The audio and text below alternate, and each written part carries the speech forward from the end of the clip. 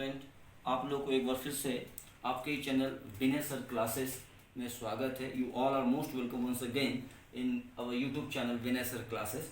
आज हम अपने पहले वीडियो जो मैंने न्यूट्रिशन पे बनाया था उसी वीडियो को थोड़ा सा और आगे लेकर चलेंगे। ऑटोट्रॉपिक न्यूट्रिशन हमने उस वीडियो में बनाया था। ऑटोट्रॉपिक न्यूट्रिशन और हेटरोट्रॉपिक न्यूट्रिशन की डेफिनेशन मैंने लिख दी थी। अब हम ऑटोट्रॉपिक न्यूट्रिशंस को एक्सप्लेन करेंगे, जो कि आपके एग्जाम पॉइंट ऑफ व्यू के लिए बहुत ज़्यादा इंपॉर्टेंट होगा। तो आप अच्छे से देखें और ध्यान दें।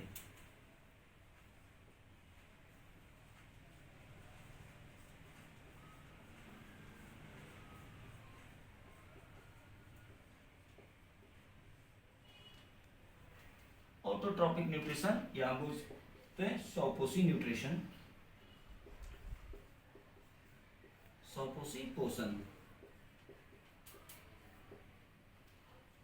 ऑटोट्रॉपिक न्यूट्रिशन को डेफिनेशन हमने बताया था, तो उसमें मैंने ये लिखा था कि ये उस प्रकार का न्यूट्रिशन है जिसमें एक ऑर्गेनिज्म जो होते हैं वो अपना भोजन खुद बनाते हैं। It is a kind of A nutrition in which organism produce their own food, अपनी भोजन वो खुद से बनाते हैं। अब इस प्रकार का मैंने एक एग्जाम्पल भी दिया था आपको कि जितने भी ग्रीन प्लांट्स होते हैं, मोस्टली ग्रीन प्लांट जो होते हैं वो ऑटोट्रॉपिक न्यूट्रिशन करते हैं। वो अपने फूड के लिए किसी दूसरे पर निर्भर नहीं रहते, बल्कि अपना भोजन वो खुद बनाते हैं। हम इस प्रोसेस को हम देखेंगे कि वो कैसे अपना बनाते हैं।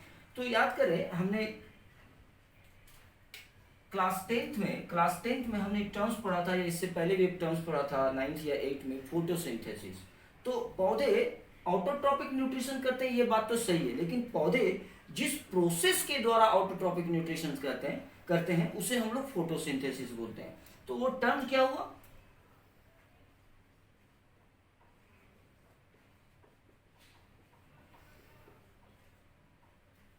फोटोसिंथेसिस अर्थात प्रकाश संश्लेषण।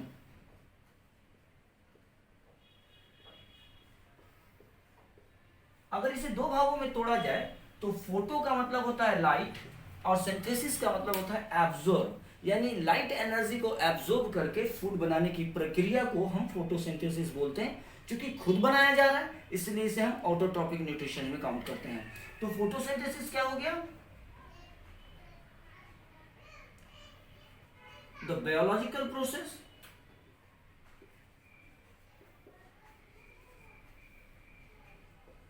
in which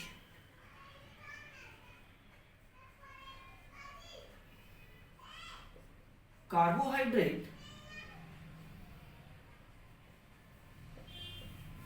is produced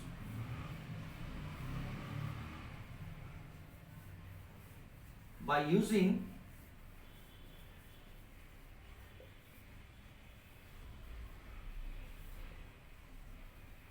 sunlight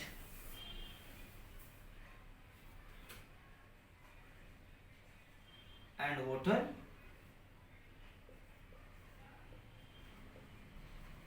by green plants। इसके और भी बहुत सारे डेफिनेशन होंगे, आप अलग अलग बुक्स में इसके अलग अलग डेफिनेशन देखेंगे। इसका मतलब ये नहीं होता है कि वो डेफिनेशन गलत है या ये डेफिनेशन गलत है। डेफिनेशन ऑलवेज थोड़ा बहुत मोड़ छोड़ कर उसको एक तरीके से रूप दिया जाता है, but all definitions are correct exactly. तो फोटोसिंथेसिस क्या है? तो ये एक बायोलॉजिकल प्रोसेस है जिसमें हम क्या करते हैं कि सनलाइट और पानी के द्वारा ग्रीन पौधे जो होते हैं वो अपना खुद का कार्बोहाइड्रेट बनाते हैं, यूं कह लो कि खुद का अपना वो भोजन बनाते हैं। हम इसे हमने इसे डिफाइन तो कर दिया। अब हम इसे एक लिख बनाकर एग्जांपल में देते हैं कि ये प्रोसेस होता है कैसे। अगर हम बात करते हैं इसकी इक्वेशन की, अगर इसकी इक्वेशन की बात करें कि इसका इक्वेशन कैसा होता है, तो इसकी इक्वेशन होती है 6 molecule of carbon dioxide adding with 12 molecule of H2O। ध्यान रखें, 6 मॉलिक्यूल कार्बन डाइऑक्साइड का होगा, 12 मॉलिक्यूल पानी की होंगी। इन द परसेंट्स ऑफ, किसके परसेंट्स में? परसेंट्स क्या चीज होगी?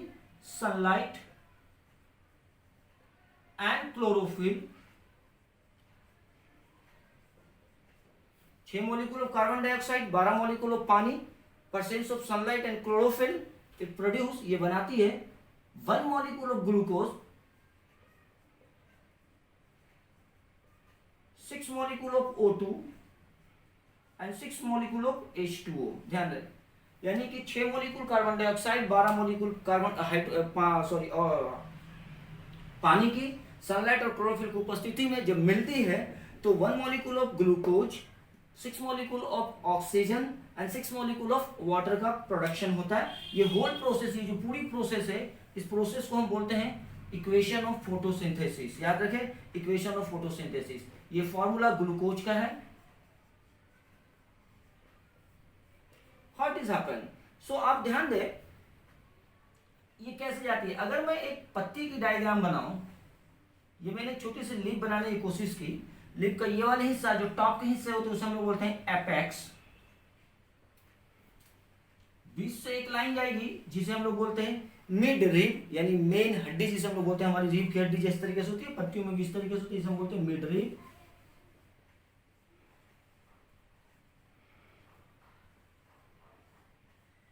और ये होते हैं रिब्स की वेन।